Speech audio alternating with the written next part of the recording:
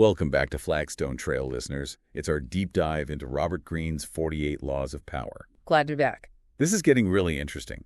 As we go through these laws, it's really cool to see how they apply to the present, not just the historical context, but in the workplace, our lives. Absolutely. They're timeless, these laws, Mm-hmm. drawn from history, psychology.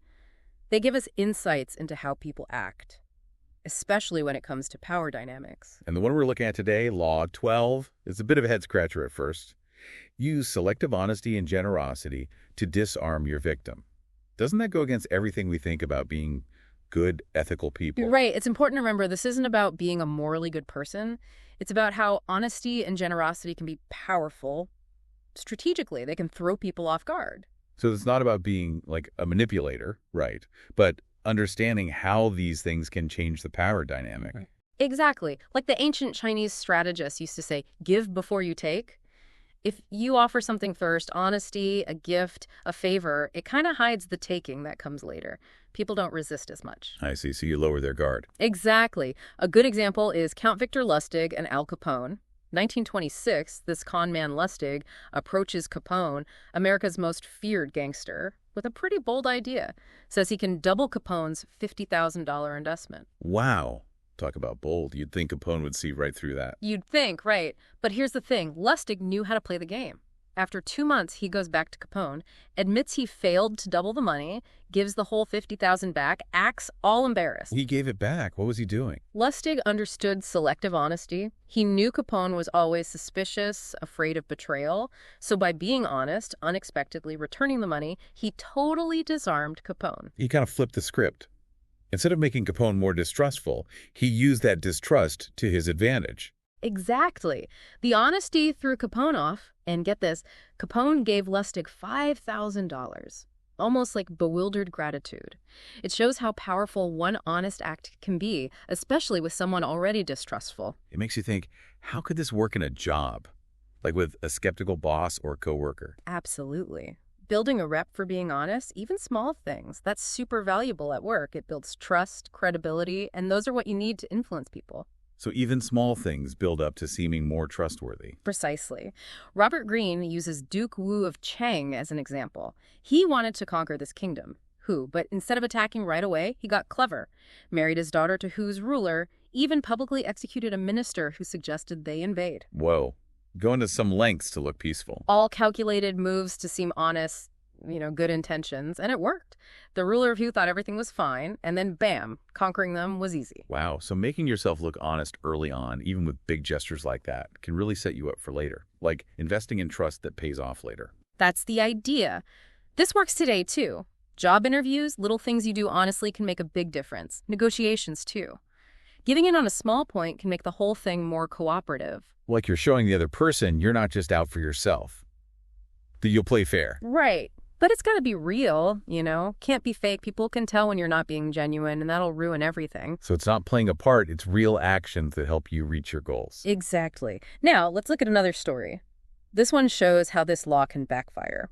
It's about Jay Gould, this robber baron guy. Yes. Super ruthless, trusted nobody. And I'm guessing someone figured out how to use that against him. You got it. This con man, John Crowningshield, called himself Lord Gordon, snuck right into Gould's circle. Lord, huh? How do you pull that off? Masterful use of selective honesty, that's how. He helped Gould expose fraud in his own company. Seemed super loyal, completely fooled Gould. Gould started trusting him with more and more. Hold on. So he helped Gould by being honest, and that let him con Gould later on. You got it. Shows even smart people can be fooled if you play your honesty cards right. Gordon used that first bit of honesty to steal millions from Gould later. So this law, it's powerful, but not a sure thing. Can't just trust anyone who acts a bit honest. Absolutely. Got to be smart about it. Figure out people's motives. Don't just believe what you see.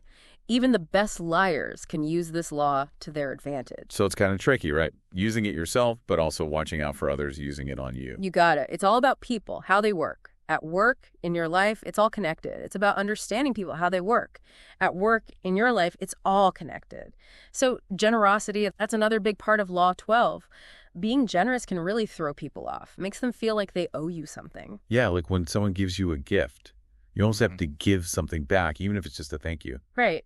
Green uses a great example for this, the Trojan Horse. They tried to break into Troy for 10 years. Then they came up with this plan. Yeah. Built this huge wooden horse, gave it to the Trojans like it was a gift, surrender. But there were soldiers inside.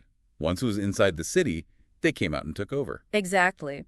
The perfect example of how something that looks like a gift can be used to get what you want makes you think, what kind of gifts do people use today to get ahead? It does. What seems harmless, but might actually have something else going on. Tons of examples. Think about free trials, special offers, favors that come with strings. They're all trying to make you feel obligated, like you got to give something back. Like a modern Trojan horse, right. Looks good on the outside, but there's something else going on underneath. So, got to be careful about free stuff, especially at work. Absolutely. Always got to ask yourself, why are they being so generous? Is it real or is there something else going on? This makes me wonder, how do we know how much honesty and generosity is the right amount? Is there like a formula? That's where it gets really interesting. There's no easy answer. Depends on the situation, the people, what you're trying to do, even your personality. So it's not just following rules, but figuring out how this law works in each situation. Right. It's about being aware, reading people and situations right, then deciding how and when to use honesty and generosity to get what you want. So it takes understanding people, thinking strategically, and a bit of intuition, too. You got it. That's why this law is so interesting and challenging. It's not a trick. It's something you got to learn and get better at over time. I can see why this one stands out in the book. It's not about force or tricking people. It's more subtle. Exactly. It's about how to persuade people, using honesty and generosity to your advantage to get what you want in the end. Well, I'm ready to hear more about how to use this. Can we look at some specific examples, like at work or in everyday life? Sure. Let's start with this story about a Roman general, Camillus, and a teacher from the town of Felici. This teacher tried to betray his own people. Okay, I'm listening. This teacher, he thought he could get on the Romans' good side. So he offered to hand over the children of the nobles to Camillus, like hostages. Figured that would guarantee a Roman victory. Using kids as bargaining chips. That's awful. Terrible, right. But what Camillus did next, that's what makes this story important for Law 12. He didn't take the kids. He had the teacher stripped, whipped by the children, and then sent them all back to the city safe and sound. Wow. He could have taken advantage of the situation, but didn't. Exactly. This act of kindness, refusing to exploit the situation, completely broke the Faliscans. They gave up without a fight. That's amazing. Sometimes, even in a conflict, being kind can be more powerful than manipulation or force. Exactly. This is a key point about Law 12. It's not enough to just be honest or generous. It has to be real. If it seems fake or calculated, it won't work. So your actions have to match your intentions. You can't fake sincerity. Right. People can tell when you're not being real, especially when the stakes are high. Thinking about Camillus, I wonder if what he did had a lasting impact. Did his compassion change how the Faliscans saw Rome in the long run? Good question. It's very possible that Camillus's kindness earned him respect, even admiration from the Faliscans. Might have even helped them become part of the Roman Empire more peacefully. That's fascinating. Shows how the effects of this law can go way beyond the immediate situation. It can shape how people see each other, how they relate, for a long time. Exactly. And that's the real power of this law. It's not just about winning a fight or closing a deal. It's about building a reputation, showing people you're trustworthy. That can help you in so many ways, your whole life, not just at work. Sounds like you need to be strategic and also connect with people genuinely to use this law right. You got it.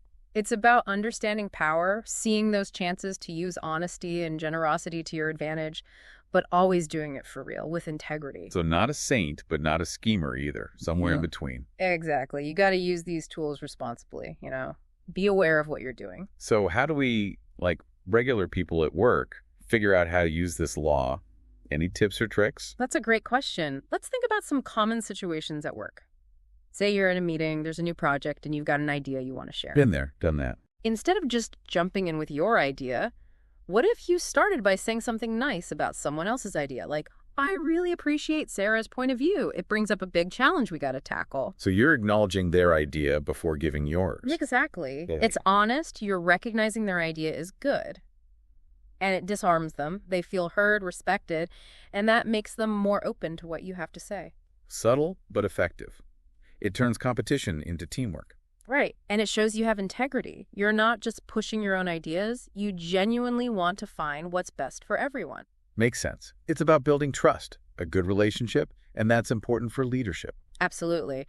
Now, let's say you're negotiating a raise with your boss. Instead of just listing your accomplishments and saying you deserve more money, Okay, now you've got my attention. what if you started by saying how much you appreciate the opportunities you've had at the company?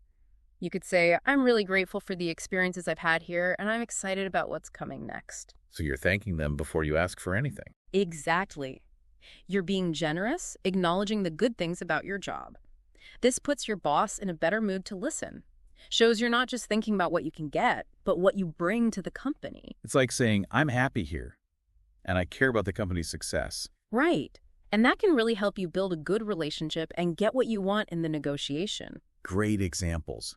Amazing how little changes in how you talk can really shift the power. Absolutely. It's about seeing those chances to use these principles every day, whether it's a meeting, a negotiation, or even just chatting with a coworker. So it's not just big things, it's about making these principles part of how you act every day. You got it. The more you do it, the more natural it becomes. You know, I'm starting to see how this law can help you gain power, but also build stronger relationships. That's a great point. Power isn't always about being in charge or controlling people. It can be about influence and connection. It's about using honesty and generosity to create situations where everyone wins. Exactly. That's a powerful idea, not just for work, but for life in general.